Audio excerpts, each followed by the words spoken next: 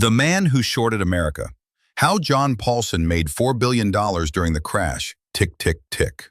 Wall Street never sleeps, but in 2007, it was dreaming. Dreaming of endless growth. Dreaming of homes always rising in value. Dreaming of profits that would never stop. But one man wasn't asleep. While the rest of the world was celebrating the housing boom, he was watching something else, something darker. He wasn't a billionaire. He wasn't on TV. He didn't fly on private jets or throw money at flashy startups. His name was John Paulson. And he saw the future. Not a bright, booming future, but a collapse, a historic unraveling, a catastrophe. And instead of running from it, he bet everything on it. This is the story of the greatest trade ever made. A $20 billion bet against the American housing market and the very system that was supposed to keep it safe. Let me take you back. It's 2005. America is obsessed with real estate. People are flipping houses, refinancing mortgages, pulling cash out of thin air. Banks are handing out loans like candy. No income checks, no employment verification, no problem. And nobody's asking questions, except one man, John Paulson. He wasn't a household name. He'd spent most of his career under the radar, quietly running a small hedge fund, Paulson & Co. He specialized in risk arbitrage, mergers and acquisitions, safe, boring, respectable. But Paulson began to notice something strange. His colleague, Paolo Pellegrini, came to him with something unsettling. Data that showed the housing market wasn't just overheated. It was a bomb, ticking louder every day. People with no income were getting approved for million-dollar homes.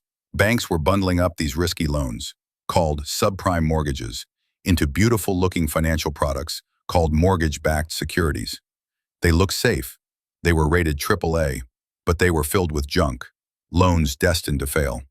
Paulson saw it, clear as day. These securities weren't stable. They were an illusion. And when the music stopped, when people started defaulting on their loans, the whole thing would collapse. So he made a decision. He wouldn't just avoid the crash, he would bet on it.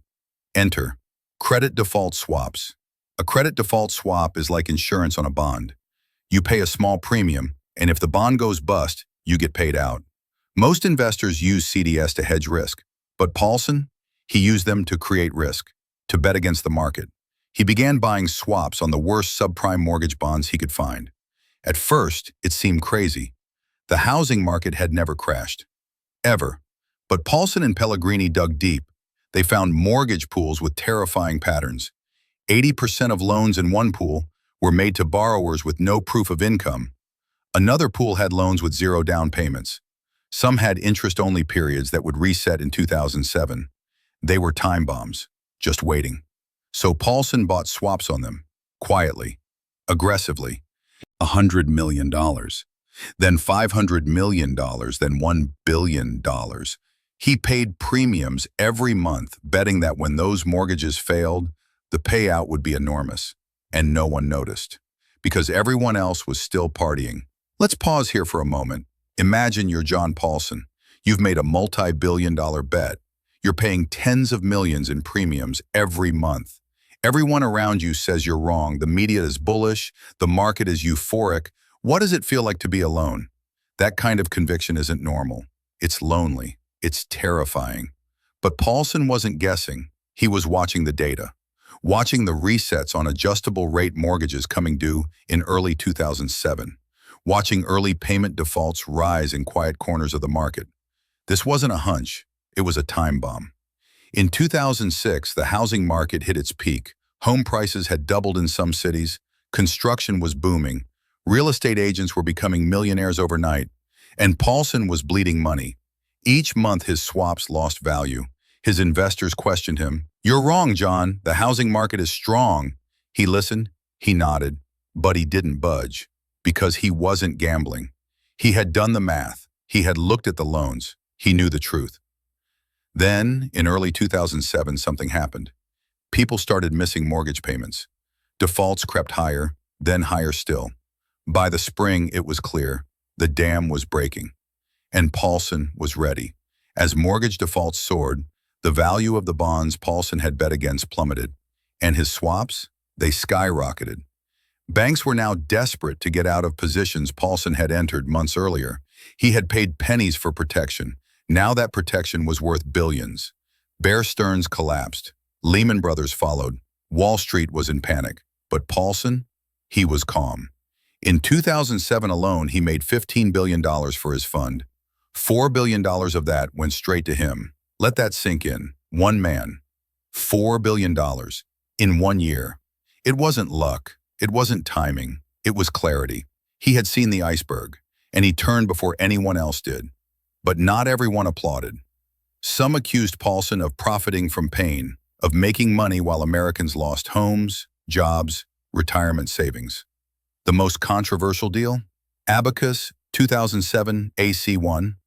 Paulson helped select the mortgage bonds inside it. Then he bet against them. Goldman Sachs sold that product to investors without disclosing Paulson's role. When the bonds failed, investors lost everything. Paulson made billions. Goldman Sachs paid a $550 million fine. Paulson, he walked away, untouched, unapologetic, because he hadn't broken the rules. He had simply played the game better than anyone else. So what happened next? Paulson became a legend. He appeared on Forbes covers. His fund ballooned in size. He tried new strategies. Some worked, many didn't. He made a massive bet on gold, then on pharmaceutical stocks, then on Puerto Rican debt. Most of those bets failed, and as the years passed, Paulson's performance waned.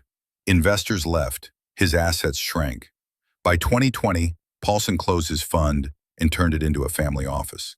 But that doesn't erase what he did. Because in 2007, when the entire financial world was drunk on risk, he was sober. He saw the truth. He took the heat. He placed the bet, and he made history. John Paulson didn't cause the crash. He simply recognized what others wouldn't. And while some see him as a villain, others see him as a genius. In truth, he was both less and more than either. He was a man who paid attention, who asked the right questions, who wasn't afraid to stand alone. And when the world burned, he didn't run. He held the match. Paulson's trade rewrote the rules of hedge fund history. Books were written, movies were made. He inspired a new generation of investors, skeptics who look past the headlines and dig into the footnotes.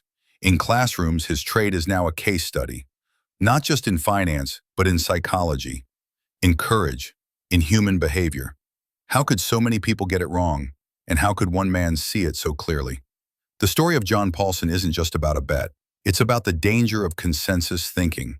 It's about the power of data, of conviction, and of asking one simple question. What if everyone else is wrong? This is not just a story about money. It's a story about vision, conviction, and consequences. Because sometimes the smartest move you can make is betting on collapse. Subscribe for more true financial stories.